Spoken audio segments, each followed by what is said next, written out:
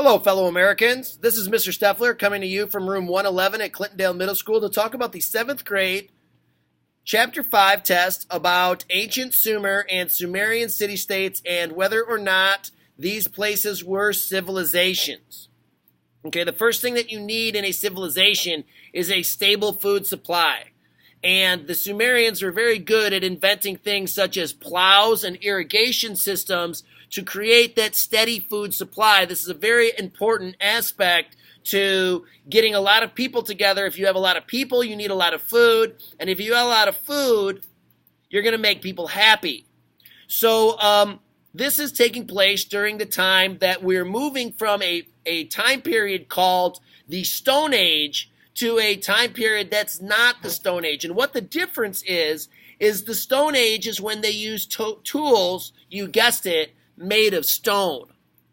But if we start to see tools that are made of metal, such as copper or tin or aluminum or these types of metals, then you are not in the Stone Age anymore. You're now in an age of metal.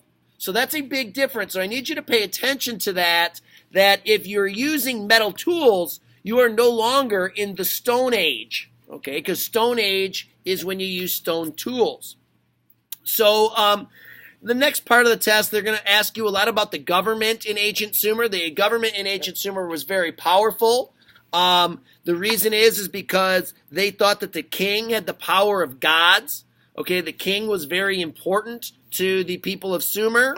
The government officials lived in nice houses near the center of the city. The government took care of themselves. The government mainly was, the army. The army kept the peace, and at the same time, the army would go out and get the things that the city-state needed, and the king's job was to run the army. This was an important thing. The king also would hear the complaints of the people. You're going to see a picture of art where the people are coming up to the king and asking him for a favor, asking him for whatever. This is an example of Sumerian government. This picture, when you look at it, you see the king sitting on his throne and people asking him for what they wanted. Okay, one of the things that made ancient Sumer such an important place, a civilization, is they invented writing. At first, they invented writing with pictographs, and this writing was called cuneiform.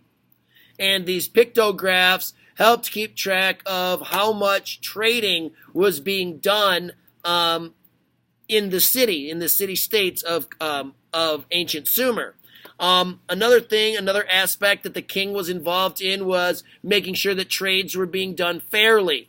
He was also in charge of enforcing laws, like he was the main police officer. He was the main military guy. So the king, you can imagine, was a pretty powerful individual. And one of the things that helped him stay powerful is his army had chariots. And chariots were a wheeled vehicle that goes behind a horse.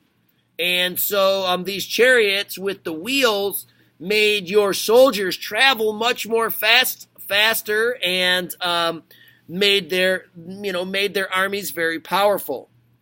So in recap, ancient Sumer was able to become a civilization because of its food supply. Once they had a food supply, they know that they needed a government to kind of make sure that the food supply stayed regular.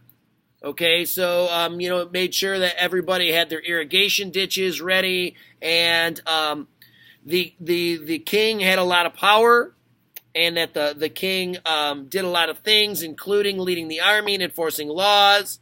People thought he was a god. And the last thing that I want to talk about is history. We're in history class. Boys and girls, history is written down. Anything that happens before people learned how to write is known as prehistoric. But after writing was invented, history was invented. Thank you very much. God bless you, and God bless America.